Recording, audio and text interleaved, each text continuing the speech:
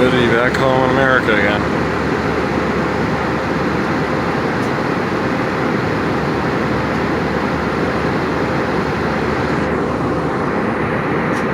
And we're back home in America. Oh, Buffalo.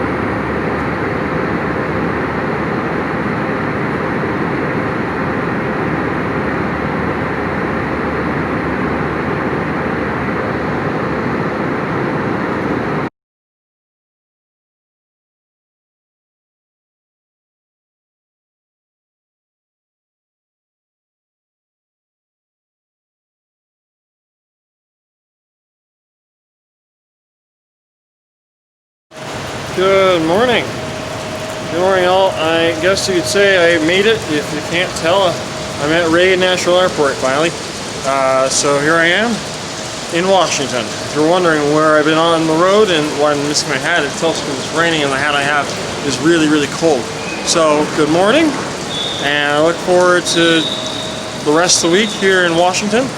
It's CPAC week here in Washington, and I'm getting acclimated and getting used to things, namely mass transit. You can't tell, that's a metro map behind me, so there you go. Thanks, this is done. Bye.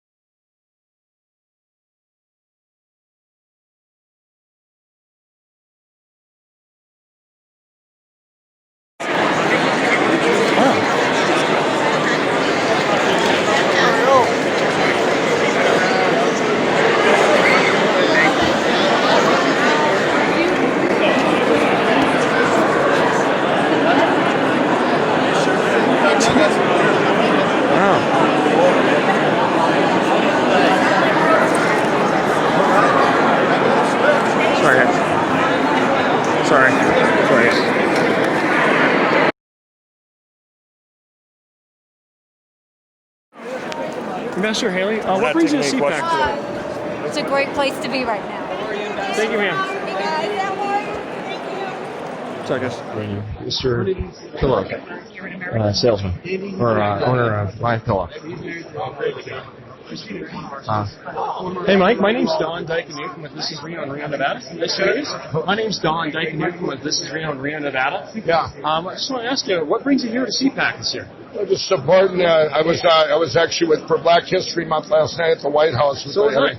And when the president called me in, I'm actually running his campaign for Minnesota now. And I love supporting CPAC, and I'm here doing all the media, and just it's one of my favorite events.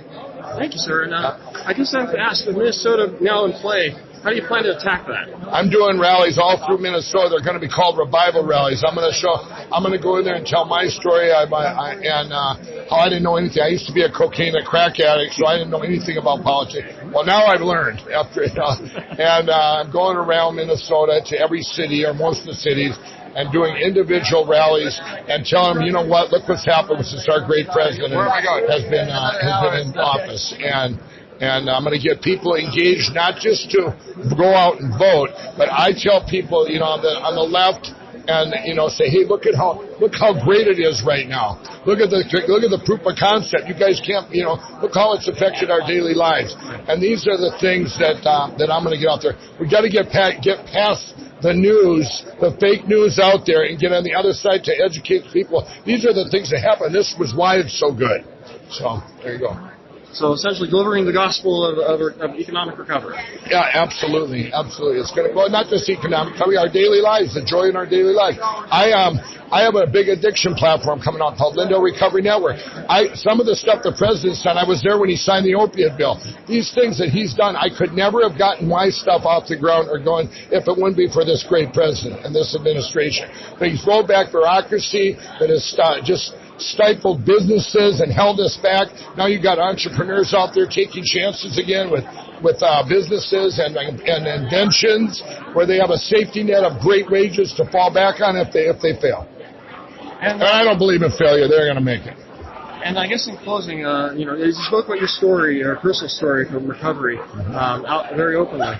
Any message you have to anyone out there in the public who's wanting to seek help or for addiction? Let me tell you, anybody out there, addiction affects all of us, no matter how many forks you eat with. And you have to look for the hope. Everyone knows people out there dying and stuff now. Look for someone that's made it through and follow their lead. Go, wow, how did they make it through? You're going to find out it was Jesus Christ at that foundation. And you go to a faith-based treatment center, go to a Salvation Army, a Teen Challenge, go to a Union Gospel. Go to those. They work. Secular centers do not work. They're less than, I don't know what percentage, 1%. But it's bad. And faith-based, over 80% success. It's huge. It's absolutely. You need Jesus as your foundation. Mike, thank you very much. Yep, thanks for having me on. You're welcome. That's my interview with Mike. At approximately 11:29 p.m. a.m.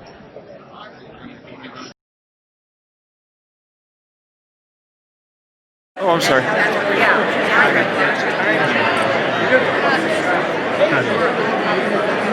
I'm sorry, man. Well, don't get in there. No, you go in there. It's your event. This is. I'm just here to watch. Well, then good. But that's like down. I know, I was like, did he teach you something? I'm like, oh, by the way, just give me an interview.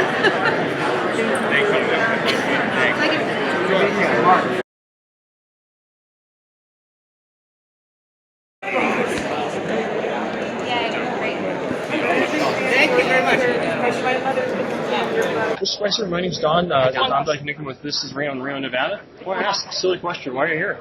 Because it's great to be around a lot of conservatives this close to Washington. Normally don't get that opportunity. It's great to see everybody here getting fired up for the 2020 election. Cool.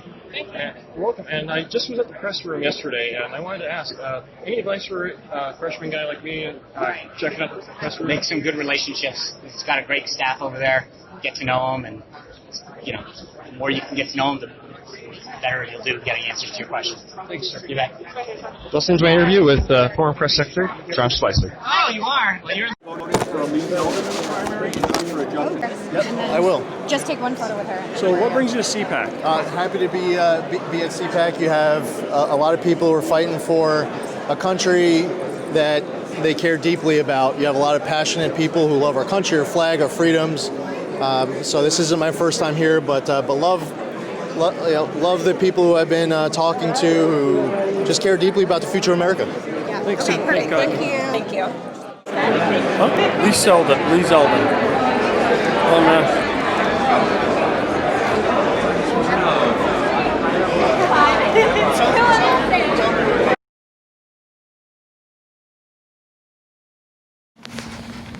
There we are.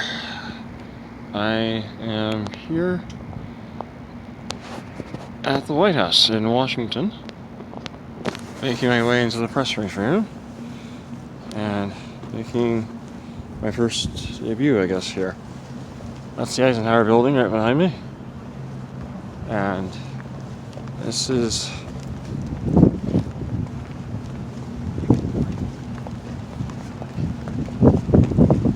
here.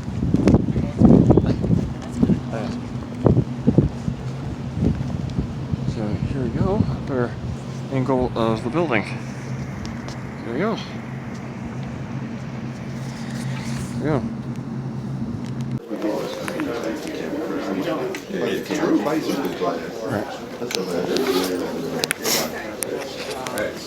Test one shot.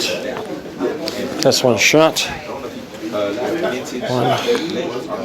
2. Lighting on. Lighting.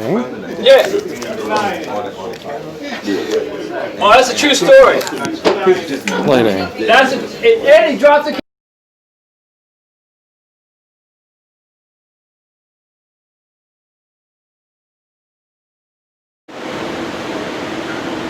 Okay.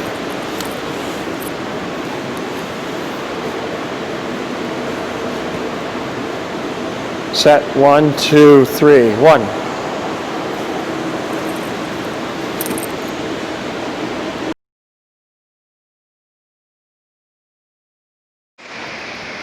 I walked into the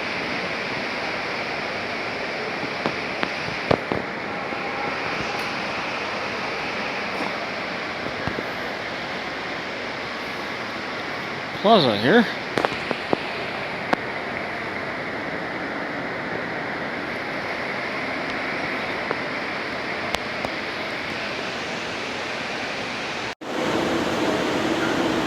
Okay.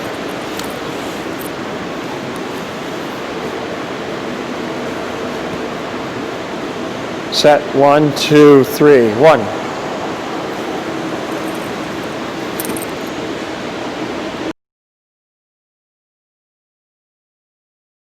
Happy. I'm here.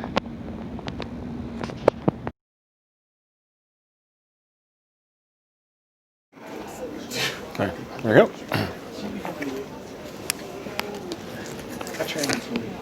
Lights. You need to come over.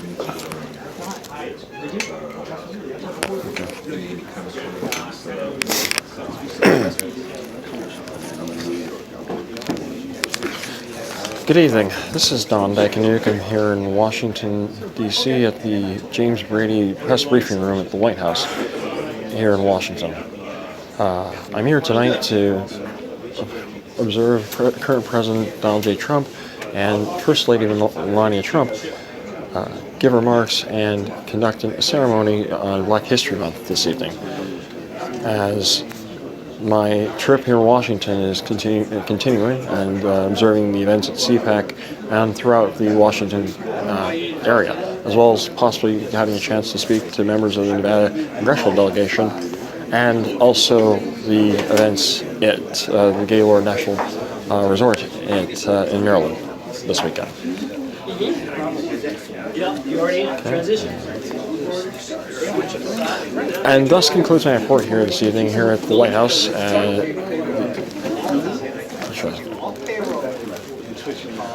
And thus concludes my report here at the White House this evening in Washington. This is Dike-Anukam here at the James Brady press briefing room in Washington, D.C. Good night and take care. And thus concludes my report this evening from the James Brady press briefing room in Washington, D.C. This is Dike-Anukam for This is Reno in Reno, Nevada, saying good night and take care.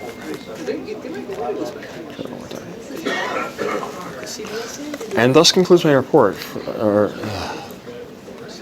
And thus concludes my report tonight for This is Reno in Reno, Nevada. And thus concludes my report tonight in Washington, D.C. This is Dike-Anukam for This is Reno in Reno, saying good night and take care. Were you not here tomorrow? Nope. Off. You know, I might take off too. You should. Ed's taking off. He has to go to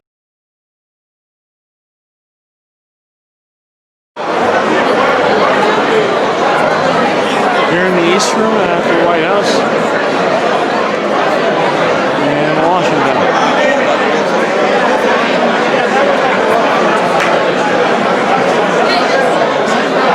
Good evening, this is Dike-Anukam here at the East Room of the White House, where President Trump has just concluded his remarks regarding Black History Month here in Nevada. Good evening, this is Dike-Anukam here in Washington, D.C. this evening, where United States President Donald J. Trump, along with Melania Trump, just finished concluding his remarks Dike-Anukam here in the East Room of the White House. In the course of his speech, he honored and mentioned notable members of the African American community and members, leaders, and notable historical figures. He also paid homage to those in the room, from cabinet secretaries like Ben Carson and other historical dignitaries in the room. He also made mention of the administration's current response to coronavirus and other issues in the note. So, sorry I'm looking offset, but that's kind of reporting in the East Room where the event is probably wrapped up. And this is Don Dike-Anukam saying good night and take care. And at the time.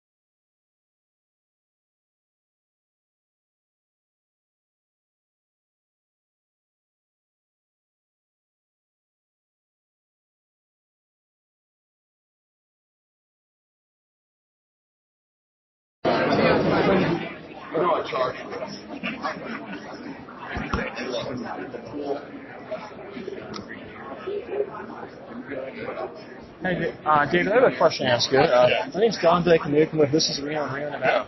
I wanted to ask you, I guess since we're in historically known as Black History Month, and we're at CPAC, talking about conservatism, growing the brand, and also celebrating a bit of American heritage. What message do you have to that constituency of America on Black History Month and being an African American conservative? Simple. Own what you know. I've been saying that for years. If you have a skill, something you like to do, own it, build it around a business. I've done that my whole life. I did my first business at 16 years old, and I've been a Republican since I've been 18 years old, so I'm not supposed to exist. But it was based on the principles that I like and agree with. It's also the principles that made the black community successful and kept it and preserved it in some of the darkest times of this country. Business, the church, the family, keeping things together. Going forward, you know what, our history's not limited.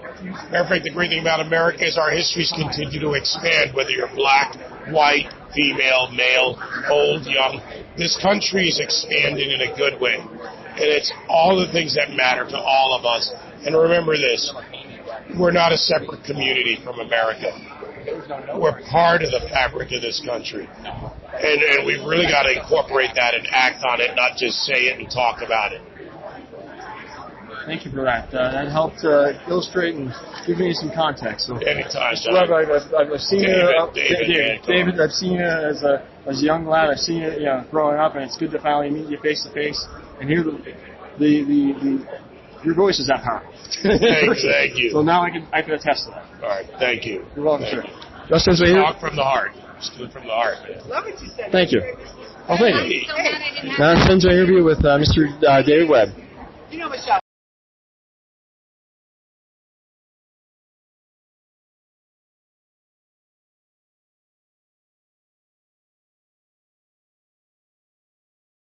All right, just getting out of the last session, which would feature Larry Kudlow, Matt Schlapp, and first daughter Ivanka Trump. As you can see, this is the blonde walking out as we speak. I'm on my way down to downtown Washington as we speak, as the president's on his way to South Carolina. So it's kind of a bad shot, but it's the best I can do on short notice. This is Don saying good night. Take care.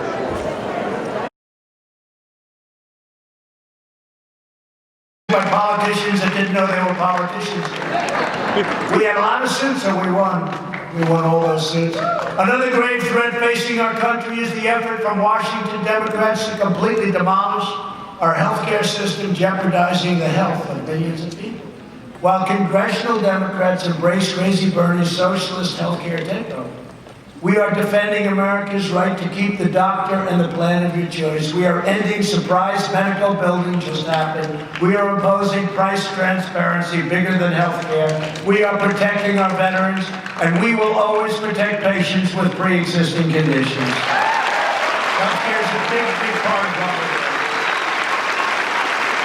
Democrats have declared their unlimited support for extreme late-term abortion, ripping babies straight from the mother's womb right up until the very moment of birth. And that is why I've asked Congress to prohibit late-term abortion of babies, because every child is a sacred gift from God.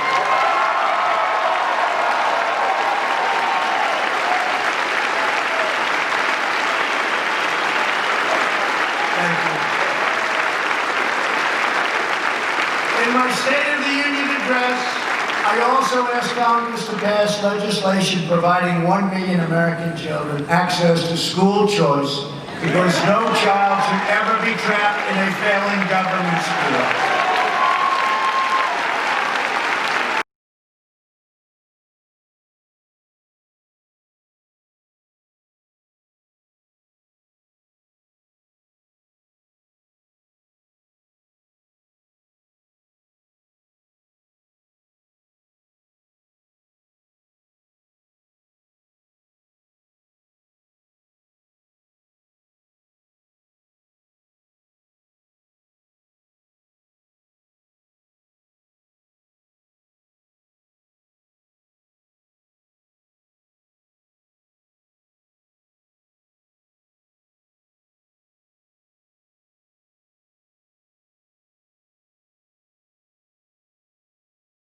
Good evening, this is Don Dike-Anukam here at the Brady Press briefing room here at the White House in Washington, D.C. Coming to you on Saturday, February 29th, 2020, and also concluding my Washington visit for This is Reno. I want to thank you for watching my trip here in the Washington, D.C. area and watching the President's remarks throughout this visit, from the East Room on African American and achievements in Black History Month, as well as the President's remarks at CPAC at National Harbor at the Gaylord National Resort at CPAC this year, or CPAC 2020 this year. And also, to give a quick update, the President this morning gave remarks regarding the coronavirus update, namely the fact that we've just had our first death here in the United States on that issue, and the administration's response to that matter as it's ongoing. Again, I'll keep you updated on that as information is coming across the line and updated from Washington, and also now the governor's office in Nevada. Governor Sisolak, along with members of the federal delegation from Senator Rosen and Senator Cortez Masto, are now on board, as well as members of the United States House delegation are on board on a comprehensive and team effort in terms of responding to the matter at the state and federal level for the state of Nevada. So again, this is Don Dike-Anukam here at the White House at the James Brady briefing room, concluding my report and my visit here in Washington. I want to thank you for watching, and thanks, and this is Don saying good night and take care.